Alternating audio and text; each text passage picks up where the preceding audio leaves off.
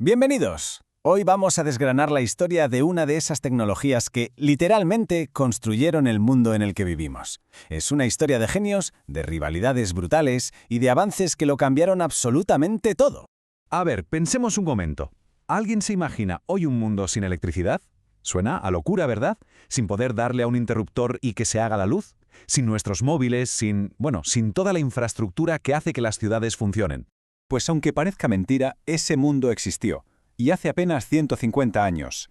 En aquella época, el progreso se movía a base de fuerza humana, de vapor o de gas.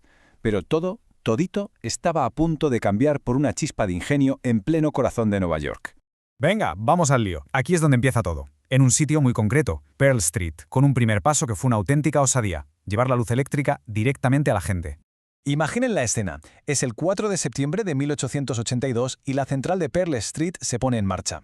Un único generador, pero que ya daba para alimentar 400 lámparas a sus primeros 82 clientes. Era un sistema de corriente continua y aunque fue una revolución total, su alcance era bastante limitado. Y aquí está el quid de la cuestión. El sistema de Edison, el de la corriente continua, no servía para llevar la electricidad muy lejos. Perdía una barbaridad de energía por el camino en forma de calor. O sea que las centrales tenían que estar pegadas a los consumidores. Y claro, así era imposible iluminar un país entero. Y claro, esta debilidad abrió la puerta a una de las rivalidades más épicos de la historia de la ciencia. Dos maneras de ver el futuro eléctrico estaban a punto de chocar de frente. Por un lado teníamos a Thomas Edison, con su corriente continua, y por el otro a Nikola Tesla, que contaba con el apoyo del empresario George Westinghouse, defendiendo la corriente alterna. La diferencia clave es que la alterna se podía transformar. Podías subirla a voltajes altísimos para que viajara kilómetros y kilómetros sin apenas pérdidas y luego volver a bajarla a un nivel seguro para usarla en casa. Y este fue el centro del conflicto. Pero ojo, que no era solo una cosa de tecnología. Esto fue una batalla de egos, de ingenio y de pasta, que se libró, además, delante de todo el mundo. Edison, en su intento por desacreditar a Tesla, llegó a hacer cosas terribles. Montaba espectáculos públicos donde electrocutaba animales con corriente alterna. Quería que la gente la asociara con el peligro, con la muerte, todo para proteger su imperio de corriente continua. Una locura. Bueno, sigamos que la historia avanza. A pesar de toda esa campaña de desprestigio, la superioridad técnica de la corriente alterna era innegable. Así que ganó. Y con la victoria llegó el siguiente desafío, que era, monumental: construir una red para dar energía a todo un país.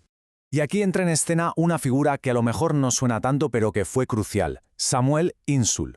Este hombre se dio cuenta de que la clave no era solo generar electricidad, sino hacerlo a lo bestia y de forma eficiente.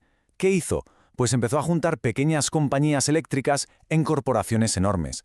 Así consiguió economías de escala que hicieron la electricidad mucho más barata y, sobre todo, más fiable para todo el mundo. Y el progreso fue rapidísimo. Lo que empezó en una manzana de Manhattan en el 82, solo una década después ya era capaz de cosas como llevar la energía de las cataratas del Niágara a la ciudad de Buffalo, a 30 kilómetros de distancia. La corriente alterna demostró que podía llevar muchísima energía a donde hiciera falta. Vamos, que fue el pistoletazo de salida para la industrialización y cambió las ciudades para siempre. Pero claro, a medida que la red se iba haciendo más y más grande, más interconectada, también se volvió más frágil. Un solo fallo podía provocar un efecto dominó catastrófico, y esto es algo que el noreste de Estados Unidos iba a descubrir por las malas. El punto de inflexión fue este. El 9 de noviembre de 1965, un fallo en cadena dejó a 30 millones de personas a oscuras. 30 millones, durante más de 13 horas.